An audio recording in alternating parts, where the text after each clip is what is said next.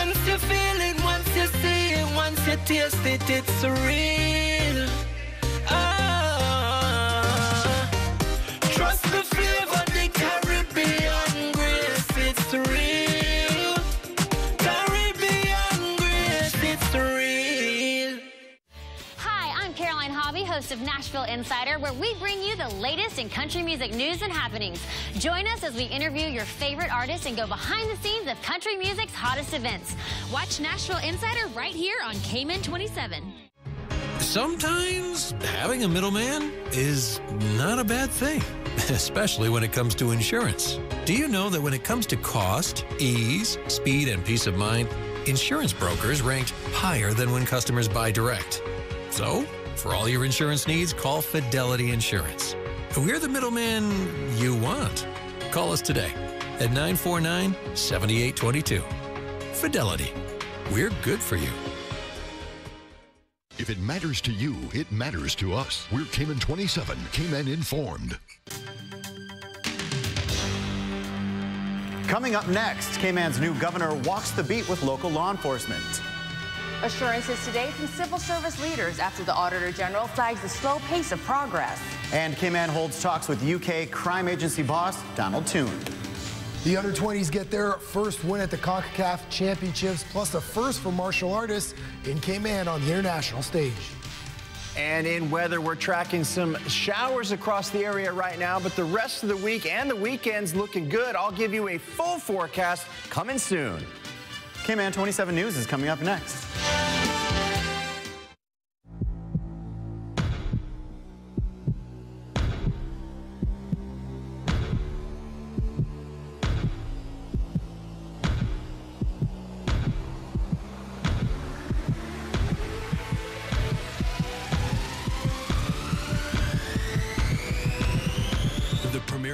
Is back. Sign up for the Sports Pack today and fuel your passion for football. Sports is life, only on Flow. Whether you want to get going in a new car, to relax at home while you pay bills on your mobile banking app, to get the best rewards with your credit card, or to get a sure start on your little one's future. Whether you want a quick response on your loan, or just a range of services that keep your business running smoothly.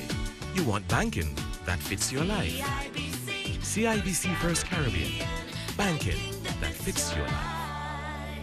Let Elite Marble and Granite bring the charm of Italy to your home. Made from only the best materials. Santa Margherita Quartz is handcrafted at a state-of-the-art facility located in Italy and then journeys across the ocean to Elite Marble and Granite, who is the exclusive distributor in the Caribbean. Elegant and resistant, Santa Margherita Quartz products offer a large choice of colors, textures, and exclusive finishes. Call 945-9028 or visit us online at elite.ky. Elite Marble and Granite, where perfection costs less.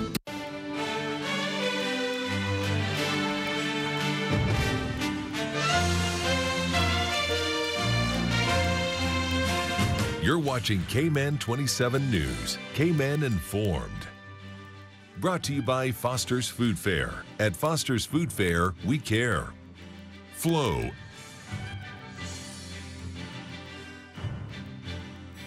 Good evening, I'm Kevin Morales. Thank you for tuning in. Cayman's new governor, Martin Roper, has been learning the ropes when it comes to his new role. And this morning, he spent most of his time engaging with the public and those who protect and serve our islands. Tonight, the governor joins us live to tell us about his whirlwind week in Cayman's top post and, of course, answer our questions on the burning issues. Mr. Roper, thank you for joining us. We really appreciate your time. You went on a tour, I believe, with law enforcement officers this morning, which included a tour on the police helicopter, I understand. Tell me a little bit about how that went. Well, first of all, thank you very much for having me on the programme. It's a pleasure to be here, and I was delighted today to go out on the beat with the police, visiting some of the communities. And I think what I was struck by was what a difference community policing is making at the moment. I know that was an initiative pushed by the Premier and the Police Commissioner, but I was able to talk to local people and the police, and I got a real impression that community policing is having a big impact. Further to that, we were able to go up up in the helicopter, and the pilot and the team explained to us the fantastic work they do on air and sea rescue, on law enforcement, and we were able to see what an excellent piece of equipment that helicopter is and what a talented team is running it, which I think is a huge benefit for the people of the Cayman Islands and the region. So, do you have any specific goals when it comes to policing Cayman or security when it comes to Cayman? Well, it's still early days. It's day 9, so right. I'm still in sort of listening mode. So this morning I chaired my first meeting with Commissioner of Police, Prisons, Customs, the Judiciary, just to take stock of what is happening. So clearly there's a lot of very good work going on, but I think it's about continuous improvement and trying to do our very best for the people of the Cayman Islands. So what is some of the feedback that you're getting from law enforcement, and as you said, you just talked to some people in the community? What are you hearing? I'm hearing that, of course, people are concerned about law and order. People are concerned about law and order everywhere, all over the world. I think if you look at the situation in Cayman relative to elsewhere in the region, then the situation here is very good. But that's not to say there aren't issues that need tackling, and I'm already convinced from the people I've spoken to that we have a lot of hard-working, dedicated people focused on keeping everybody in the Cayman Islands safe. Part of your first week also included your first meeting in Cabinet, which happened yesterday. How did that go, and what maybe came out of that meeting that I guess you can talk about publicly that really kind of stuck with you? I mean, it was a very productive and workmanlike meeting, and I was impressed by the rigour of the process. The papers that come to Cabinet take a long time to be prepared, and have gone through a lot of discussion before they get to Cabinet. And there is a lot of busy work going on. Primarily, a lot of that is the local government. You have an extensive level of self-government in this overseas territory, which I think the Cayman Islands can be very proud of. And that is all work in progress. So as a diplomat who works in one country and then will end up working in another country, how do you form your opinions, or how do you form your decision making? Is it something where you go in with a set idea of, you know, we need to accomplish this and this, or do you reserve all of your, I guess, eventual decisions for after you meet with government, with the community leaders, with community members, etc.? Yeah, I think it's a little bit of both. You obviously form some views before you come by talking to people, forming an opinion of what the key challenges are. But then it's really important to listen and speak to people, because that can often change some of those opinions that you've previously got. So a combination of both. But I'm still learning. I've got a lot to learn, and there's a lot going on. So I want to be accessible, open, and get out there. I've been to the Sister Islands, which was an excellent visit. People were so friendly and hospitable. Today I've been to Bodden Town, and we're going out with the police. So I'm making a big effort to get out and about and understand the concerns of all the people of the Cayman Islands. So early days, like you say, but did you either come in with anything, with any ideas, or have any ideas formed since you've been here of things that you say, you know, we got to address this issue or that issue? I mean, I think my impressions are very positive to start with. I think you've got an excellent financial services industry, you've got a high-quality tourism sector, talented people, you've got an effective civil service ably run by the deputy governor, an outstanding judicial system which earns international respect, and you're a beacon in the region on so many issues, whether it's helping on crisis or hurricane relief, your child safeguarding measures where you're leading the way. So I think there's a positive story to tell, but of course there are issues and there are challenges, and as I get into those issues, I look forward to making a positive contribution to those. So the FCO represents the UK's interests in the overseas territories. So when you're here, how do you decide if sometimes those are at odds? For instance, we have the issue of public beneficial ownership right now. There are also certain constitutional issues surrounding same-sex marriage, etc. When it comes to, I guess, your opinions and your involvement in these issues, how do you sort of handle it in terms of protecting the UK's interests? But also, you live in Cayman, and you go to dinner with the people that live here, and you have, you know, the Premier's phone number, etc. So I guess who's It's not very diplomatic, but whose side do you take? You know, whose interest do you end up representing? Well, I mean, I'm appointed by the Queen as the governor of the Cayman Islands. So, so in that sense, I am the governor of the Cayman Islands, representing the views of the government of the Cayman Islands back to London. I may not necessarily have the same opinion as the Foreign Office on all issues. And I think it's important that I reflect those views back to London, and I serve the people of the Cayman Islands, and I will do that to the utmost of my abilities. The Constitution provides for me to do that, but of course the UK has responsibilities which also have to be borne in mind. So it is quite a difficult path to tread. You have to wear two hats almost, but I think it's a truly fascinating role, and you know, I commit to do my utmost for the people of the Cayman Islands, and you have this extensive level of self-government, but if I can make a modest contribution to support that, then I will be very pleased. And we're winding down to the end of hurricane season here, and fortunately we haven't had any major storms this year. Last year, areas of the Caribbean not so lucky. One of the issues that we've talked about is aid from the UK in terms of whether it be equipment or whether it just be financial aid. Is there anything that you've heard in terms of the UK's ability to help out countries who might be hit by hurricanes, or just be prepared, for instance, you know, new equipment, etc.? Yeah, I mean, two things on that. I mean, first, we have succeeded in changing the OECD's position on aid to countries affected by hurricane or disaster. So in the future, that means that if there is a huge disaster here, then those funds could be made available to Cayman as well, but at the moment doesn't qualify because of its level of development.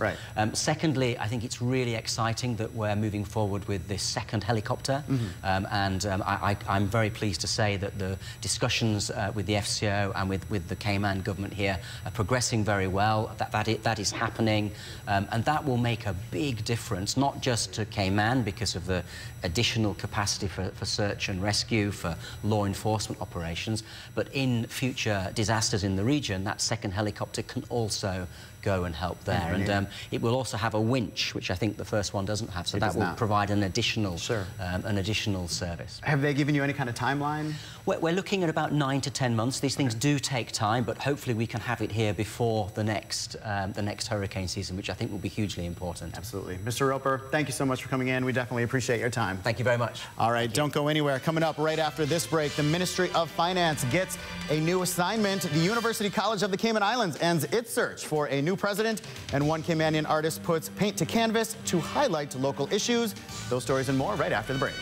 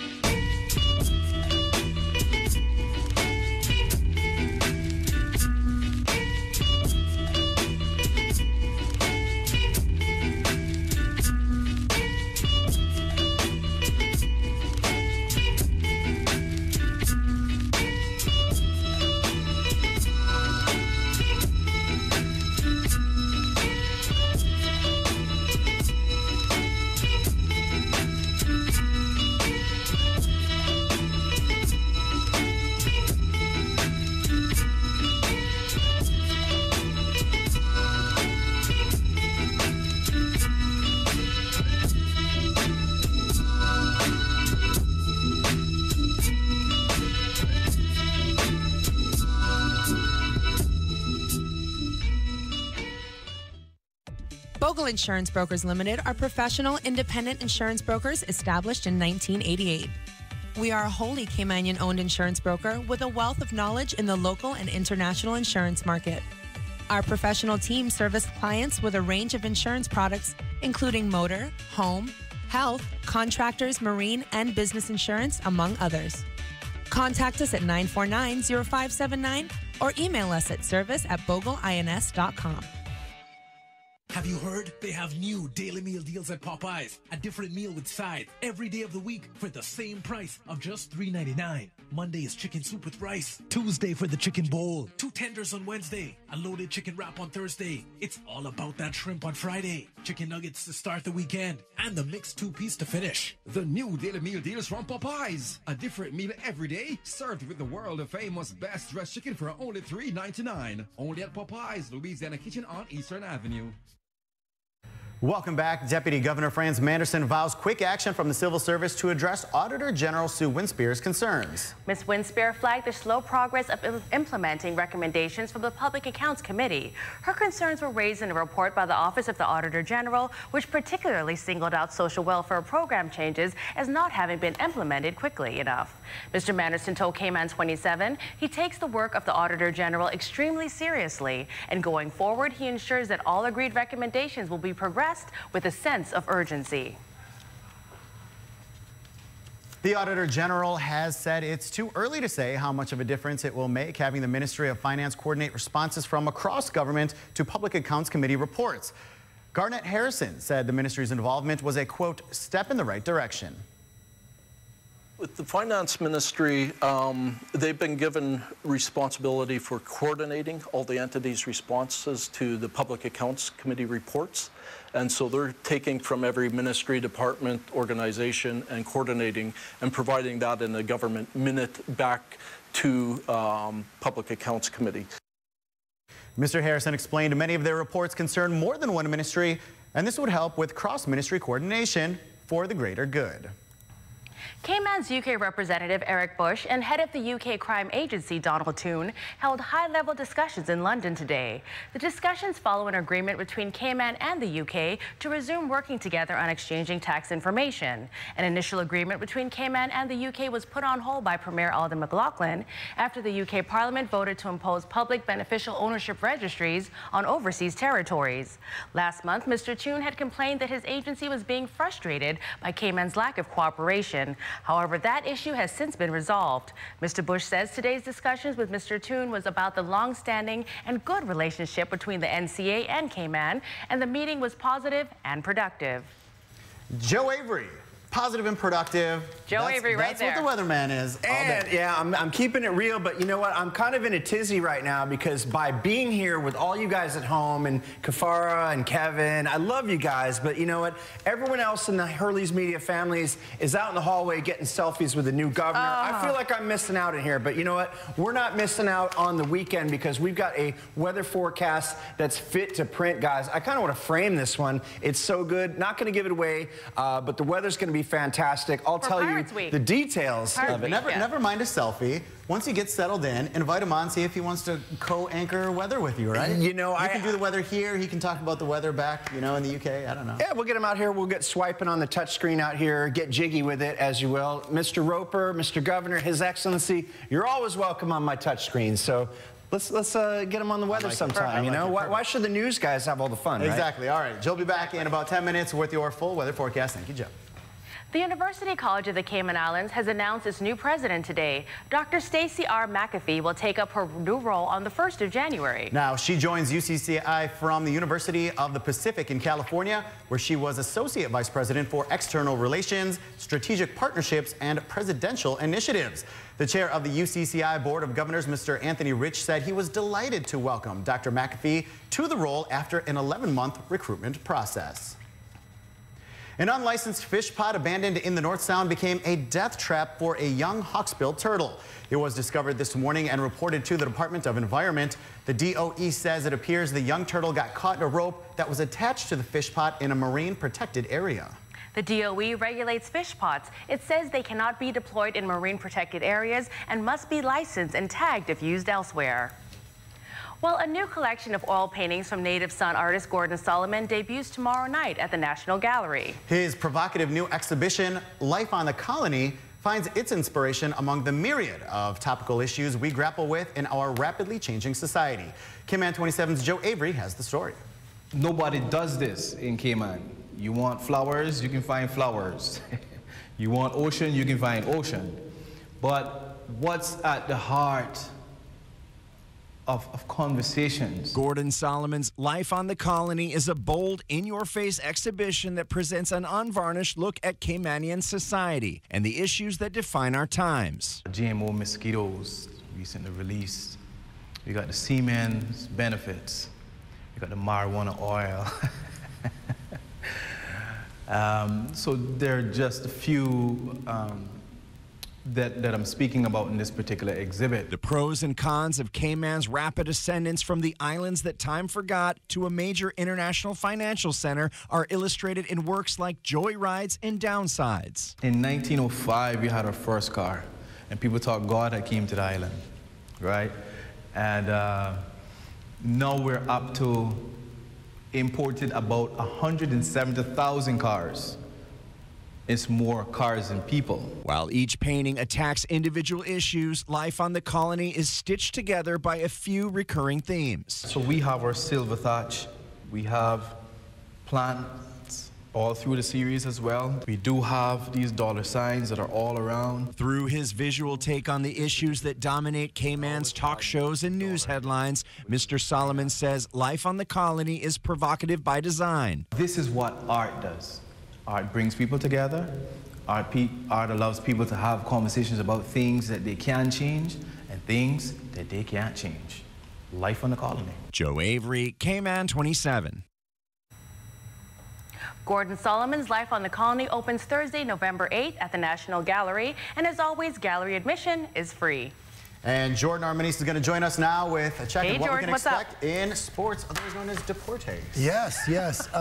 Did you take martial arts as a child, Kevin? I did. I think every kid kind of took purple martial belt arts. in karate. Did you, Kafara? No, I did not. I said every kid but me. I didn't. I actually got up to orange, and then my parents and I forgot what time practice was at, so I just started playing. Like, never mind. Started playing baseball instead. Right. One guy who's kept it together is this guy right here, Pedro Reis. Cayman's first martial artist at the Senior World Karate Championships in Madrid, Spain. How did he do? Well, come back, and I'll tell you, because sports is next. A tropical storm watch has been upgraded to Hey, I've been tracking the storm, and it's looking really dangerous. Yeah.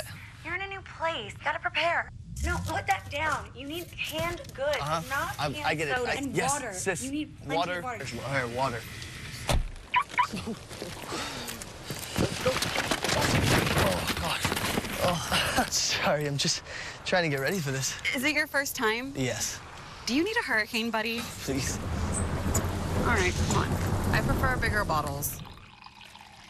Kind of shame it took a hurricane for us to finally hang out. Yeah, I know, right? Hey, sis, kind of bad time. Hey, good news. The hurricane warning's been lifted. I saw online the storm has changed direction. Oh, so I guess you get to go back to your place now. Where are you? That's not your apartment. Please pick the flowers. Bye, neighbor.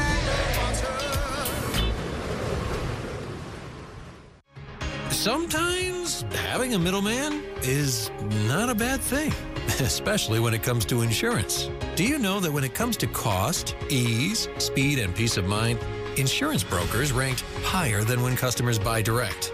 So, for all your insurance needs, call Fidelity Insurance. We're the middleman you want. Call us today at 949-7822. Fidelity. We're good for you. Some say the time of miracles is past, but we see miracles all around us, every day. Some could not walk. Some could not breathe. Some had lost all hope. But something amazing happened. Something that can't be analyzed or quantified. Something that is more than good medicine. Holy Cross. Cayman 27 Sports is brought to you by Elite Marble and Granite, where perfection costs less. Welcome back. We start on the pitch after a 3-1 loss to El Salvador Sunday. Cayman's under-20s were looking to get into the win column Tuesday. There's the score. We'll get to that one sec. At the under-20 boys CONCACAF Championships against Guyana. Let's see how they did now. And they would prevail as Cayman defeated the South Americans 3-2, the final. Now, according to CONCACAF, it's actually Cayman's under-20 boys' first win at the tournament in the program's history. The Golden Jags got out to an early lead. Can we put the score back up, please? The Golden Jags got out to an early lead in the 6th minute, but keeper Albertini Holness leveled the score on a penalty kick just before half. Let's take a look at the score again, guys, please. Kareem Foster would put Cayman ahead with his second goal of the tournament. There it is. And after Guyana leveled the score once again in the 60th minute, Cayman's Jabari Parker would net the winner in the 67th minute. Here's head coach Gilly Seymour on the win. From the first time we watched the match with Guyana and El Salvador, that it was possible for us to get a win in the second half. They kept on grinding away. It became a tough match because we put the belief in Guyana that they could also win the match. We're happy with the win. All respect due to Guyana also. All right, let's take a look at the schedule for the rest of the tournament for Cayman. They'll face Guatemala in an all-important group matchup. Then Saturday, they'll finish off the group stage with a game against the winless Curaçao. Let's take a look at the tables and see where the teams stand thus far. El Salvador looking like the cream of the crop. 3 wins so far. Just 1 game remaining against Curaçao for them as well. Guatemala and Cayman fighting for that second spot. And again, that game on Thursday, Cayman will play Curaçao Saturday, but it might not be enough. It looks like El Salvador might be getting through. Again, only the winner gets through to the second round of the CONCACAF Championships. All right, switching gears, martial artist Pedro Heisch and the Cayman Islands Karate Federation's Gregory Reed have landed in Madrid, Spain for the World Senior Karate Federation's 24th Championships. There is a look at Heisch performing his kata on the mat, now matched up with a martial artist from Mozambique. Heisch would not advance, losing 5-0 in the opening round. Now, speaking with Gregory Reed, he said although Heisch's kata was faster and more technically demanding, the judges favored the length of his opponent's performance. This was Heisch's just second international competition after debuting at the Caribbean Championships in Curaçao this past summer. Yeah, it's very exciting, very good to be here. As you can see, they have 5 rings. They have kumite, they have male and female. You know, we're seeing people in the hotel here, all these nationalities, all these 138 countries, so it's very exciting, very good to be here. This was the first time the Cayman Islands Karate Federation has sent a martial artist to the Senior World Championships. All right, after last week's street hockey fundraiser that raised over $8,000 for the family of 7-year-old cancer-ridden Felix Lubin, the Cayman inline hockey community hit the ice once again for Week 7 of its Youth League. We start the under-8s. Beauvel topped Deloitte 13-10, while Wheaton topped KPMG 7-3. Under-10s, LOM edged Maples 8-7, while MUFG beat the Wild 9-4. How about the under-12s? Harbor edged Burger King 4-3, while Morant defeated PWC 10-5. Under 16 action, Dart beat CIBC, while EY edged the Lightning 6-5. All right, Joe's got your weather next. Stick around. From happy beginnings and life choices that we make along the way, Brit K protects your lifestyle with the best insurance cover at the best possible price. Health insurance with far-reaching benefits. Family protection and long-term financial plans. Business insurance and generous employee benefits. For happy beginnings to happy ever after, visit BritK.ky. Brit K, where people come first.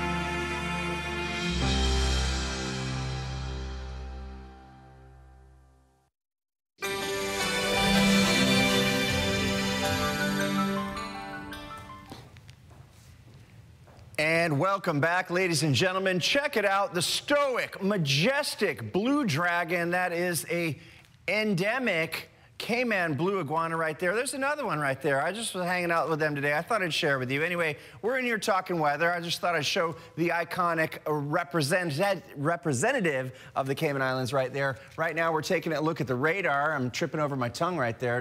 That's what seeing the blue iguana will do to you. It'll trip you up, but it's an amazing thing to see. We got some showers in the area. We had a tropical wave passing through. Everything is moving from right to left on your screen right there, out of the area right there. So the 40% chance of showers today for your Wednesday are on the way out, and it looks like things are declining in chance of showers anyway. 30% for the rest of tonight and into tomorrow. I've got evidence. It's called my extended forecast. You see it right there. I'm going to actually go ahead and write you a 30% in there for tonight and into tomorrow. That's good through your Friday. Anyway, let's take a look at the 7-day forecast right here. Things are looking pretty good. Earlier in the show, teasing this forecast, I said, you know what, guys, it doesn't get much better than this, and you can see Thursday through Sunday, at least, it really doesn't, especially when you think that Monday is actually going to be a public holiday as well. So we've got a really good stretch of weather. I'm not too ready to call Monday just yet, but from Thursday, that is tomorrow, guys, the week is coming to an end,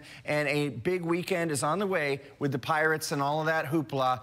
But Friday through Saturday, through Sunday and Monday, 20% chance of showers out there. Seas flat, light variable winds for the majority of it. 2 feet seas or less. So it's going to be blissful out there, guys. If you like to get out on the water, if you just like to look at the water, if you like to hang out on the beach, it's going to be fantastic for all of that stuff. Anyway, I haven't checked with my producers, but it's time for a weather shot of the day. Let's see what we've got. Yes, we do. Jacks go to school. And check this out. It's not a typo, guys. Somebody's name is Eubanks and not Ebanks. And that's Mr. Ivan who sent me this photo. Jack's going to school. Back to you guys at the desk. Awesome. Thank you very much, Joe. Although Kafar didn't realize we had off on Monday, she was going to come in anyway. I wasn't sure. Thank you for clarifying. But now you know.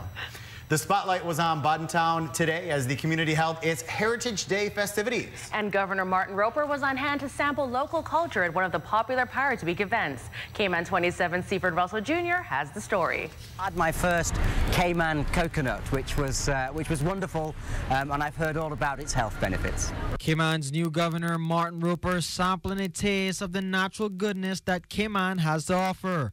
On Wednesday, the governor did a community walkabout with the RCIPS. And I mean, what I sort of heard from people was that they really like the idea of community policing, and I know the Premier and the Commissioner have been pushing that, and it's clearly having a big impact, so more visibility of the police on the streets. Mr. Roper says those concerns are being addressed.